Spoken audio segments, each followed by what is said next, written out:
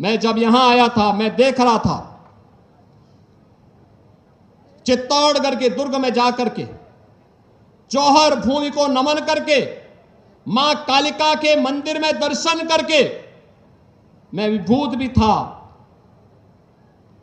भाषा अवरुद्ध थी, भावनाओं से भरी हुई थी और इस बात को लेकर के भरी हुई थी।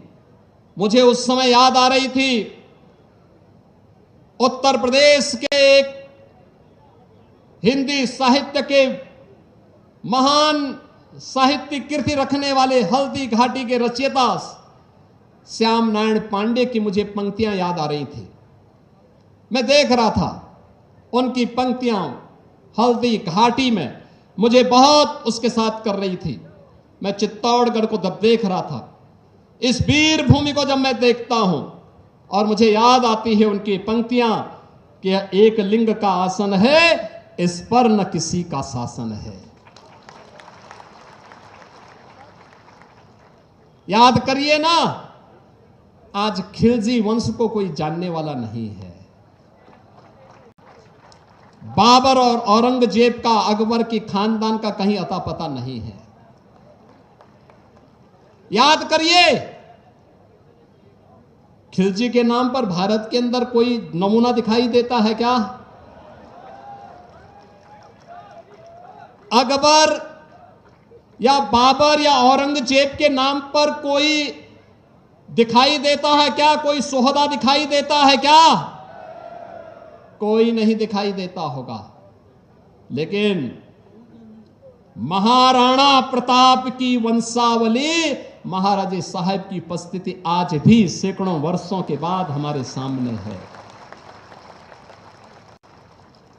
वीरांगना पद्मिनी की वंशावली हमारे सामने है, वीर हमीर की वंशावली हमारे सामने है। और इसीलिए तो हमने कहा कि एक लिंग का आसन है, इस पर न किसी का शासन है।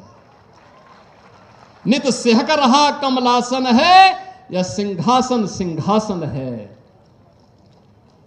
यह सम्मानित अधिराजों से, अर्चित राज समाजों से इसके पदरज पोछे जाते, भूपों के सिर के ताजों से।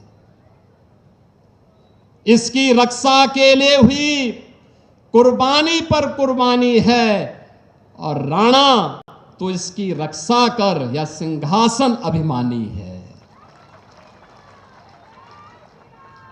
बहनों और भाइयों, आज का यह स्मृति दिवस हमें एक लिंग के शासन के प्रति उस नमन को व्यक्त करने का एक अवसर दे रहा है, जिसको आज जौहर स्मृति संस्थान ने 1982 से लगातार, याद करिए, 1303 से लेकर के कई बार जौहर पर जौहर व्रत का यहां पर धारण करने का कार्य यहां की वीर माताओं के द्वारा, वीरांगनाओं के द्वारा लिया जाता रहा।